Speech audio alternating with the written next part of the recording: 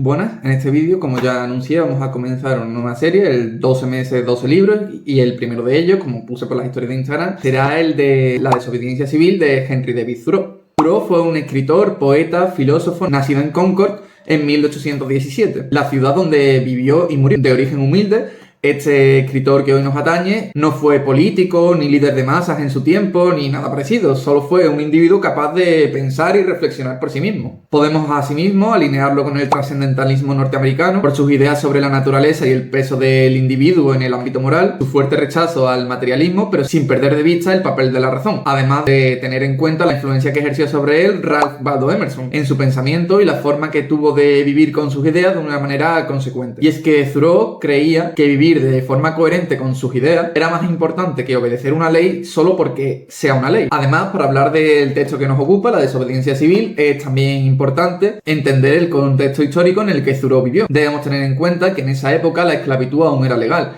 y Estados Unidos estaba llevando a cabo una invasión a México por sus intereses expansionistas. En este contexto, Thoreau viene a decirnos que la guerra, tal y como se estaba planteando en este contexto, era contraria a la moral del hombre justo, ya que solo servía para expandir territorio, fortalecer la esclavitud y beneficiar a unos intereses económicos y políticos despegados totalmente de la ética. Y el problema de todo esto es que el Estado estaba financiando todo con impuestos de los ciudadanos. Y aquí es donde aparece el conflicto clave, ya que Thoreau se niega a pagar impuestos, porque no quiere financiar un Estado que comete este tipo de injusticias. Y por ello pasa una noche en la cárcel. De esta experiencia nace la desobediencia civil. Thoreau comienza la desobediencia civil con una afirmación tajante. El mejor gobierno es el que ha de gobernar menos. El mejor gobierno es el que no tiene que gobernar en absoluto. Se os pueden pasar ahora mismo bastantes ideas por la cabeza por qué quiso Thoreau decir esto, pero ya lo veremos más adelante. Ya que, aunque él mismo afirma que el gobierno es tan solo el modo escogido para ejecutar la voluntad del pueblo, está sujeto a abuso y corrupción antes de que el pueblo pueda llegar a ejercer su voluntad. Como él mismo está viendo en la guerra que se está dando contra México, de unos pocos individuos que están usando el gobierno y el ejército como una herramienta política y económica. Sin embargo, él mismo también se separa de los que se autodenominan como antigobernistas. Solo pide un mejor gobierno, pero sin embargo sigue teniendo reticencias contra el gobierno, ya que valora demasiado su conciencia individual. Por ello afirma que antes de ser súbdito debe ser hombre. Y justo después de esto nos viene a decir que la ley jamás hizo al hombre un poco más justo. Aún el hombre más dispuesto puede convertirse en agente de injusticia. Y es que con escasas pero directas afirmaciones está cimentando el edificio ideológico que se dispone a presentar. Porque por un lado nos deja claro que mantiene una actitud crítica y despectiva con el gobierno de su época, y por otro puede también ser capaz de mantenernos una lúcida separación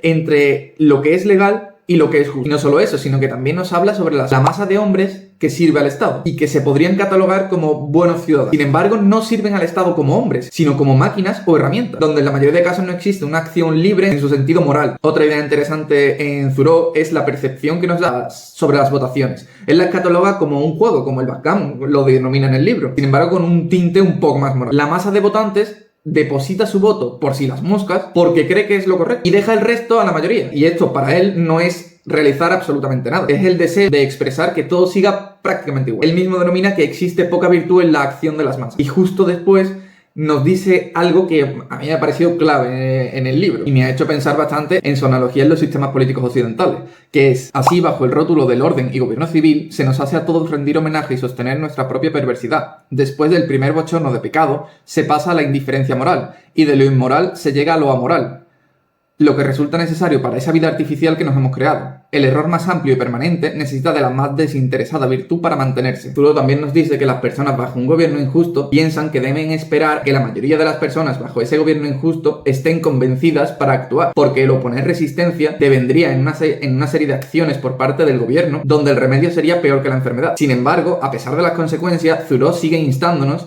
a desobedecer las leyes injustas, ya que, como él mismo nos dice, no importa lo tan pequeño que pueda ser el comienzo si se obra bien, porque bajo un gobierno que coloca entre rejas injustamente, el verdadero lugar para el hombre justo será la cárcel. Debido al expansionalismo norteamericano, Thoreau sostiene que no pagar impuestos no sería una medida tan violenta y sangrienta como sí sería el pagarlos. Cuando los súbditos se niegan a pagar a los funcionarios y estos funcionarios también renuncien a su cargo, se habrá conseguido la revolución. Sin violencia, solo impidiendo la acción del Estado. Sin embargo, normalmente la gente se espanta de estas consecuencias que pueden alcanzar a sus propiedades, a su dinero, incluso a su familia, si se niegan a pagar impuestos, ya que el Estado terminará quitándonos por la fuerza y liquidando mis propiedades, lo que hace imposible que una persona pueda vivir con honestidad y de una forma cómoda materialmente al mismo tiempo. La persona rica, la persona que tiene mucho dinero, está vendido a la propia institución que lo hace rico. Y es en el momento donde Thoreau cita a Cristo y hace una analogía perfecta que ilustra esta idea cuando dice que usáis dinero acuñado con la imagen del César y que él ha hecho corriente y valioso, sois un hombre de Estado y disfrutáis a gusto de las ventajas del gobierno del César. Entonces retribuid con algo de lo que le pertenece a él cuando os lo pide. Dad al César lo que es del César y a Dios lo que es de Dios. Por ello,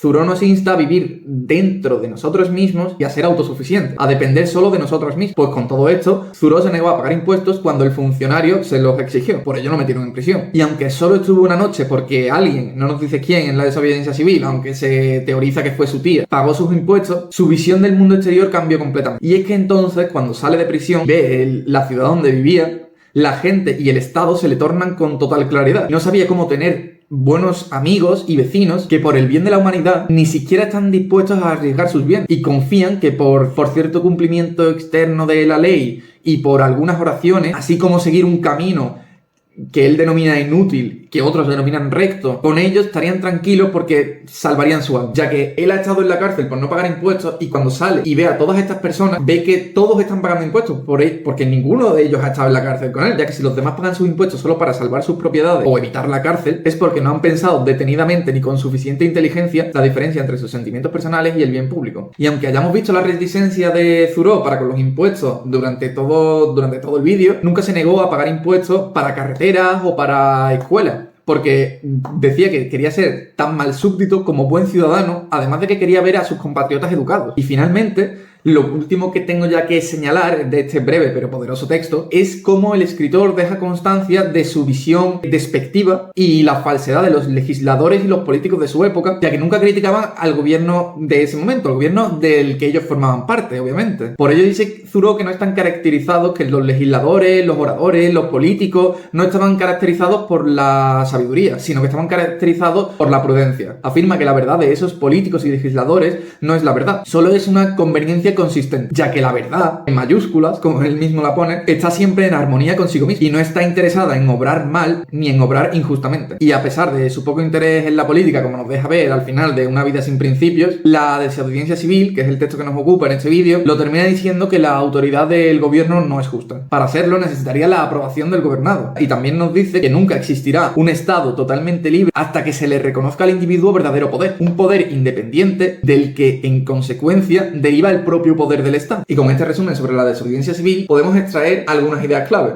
Yo personalmente he traído 4 ideas clave. La primera y principal, la diferencia entre lo que es legal y lo que es justo, ya que las leyes, por el mero hecho de ser leyes, no significa que sean justas ni que debamos seguirlas ciegamente, sin pensar y reflexionar sobre ellas. La segunda idea que he podido advertir en el texto es la desobediencia pacífica como no cooperación para plantarse ante las injusticias del Estado y no sostener un sistema injusto, porque ese sistema sería irreconciliable con tu idea moral sobre la justicia. La idea que he podido sacar de este texto es el estoicismo de Thoreau en la aceptación del castigo o de las consecuencias de esta no cooperación con el Estado, resignándote a mantener unos principios férreos que, aunque no son legales, moralmente determinas que son justos. Y finalmente, la idea del principio, la de que el mejor gobierno es el que menos gobierna, como veíamos, no es que no exista un gobierno, es que el mismo no te obligue coercitivamente a realizar una serie de acciones que serían contrarias a tus principios morales, como pagar los impuestos para una guerra que consideras injusta, o el seguir una serie de leyes como la ley de los esclavos fugitivos de 1850,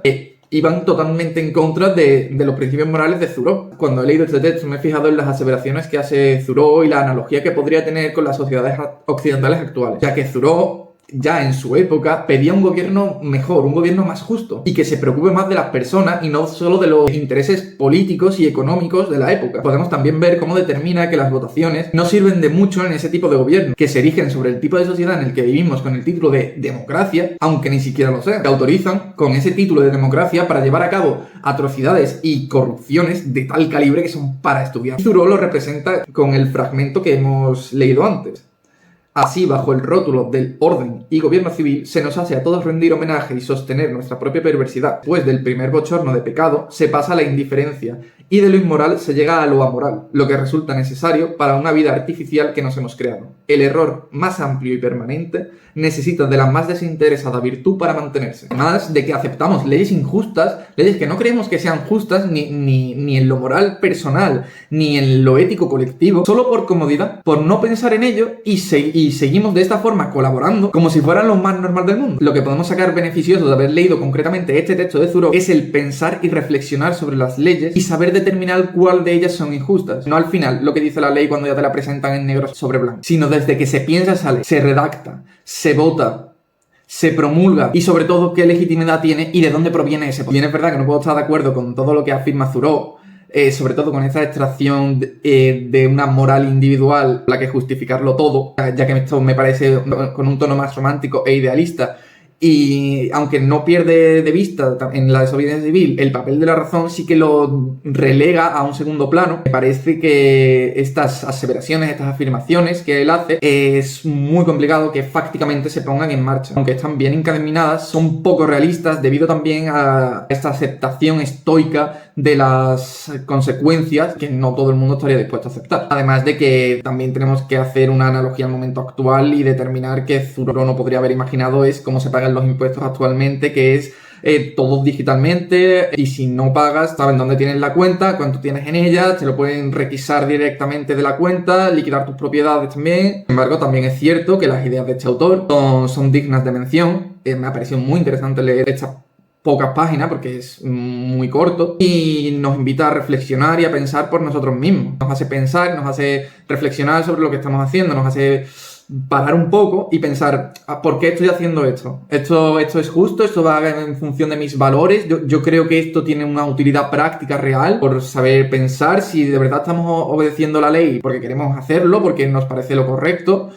o solo porque es la ley y nos dan miedo las consecuencias. Además también de que debido a su influencia y su importancia ha influenciado otros muchos autores y a figuras muy influyentes de la historia como Gandhi o Martin Luther King. Con esto termino ya el vídeo sobre la desobediencia civil de Thoreau, este primer vídeo del reto de 12 meses, 12 libros. Espero que os haya gustado y nada más. Un saludo.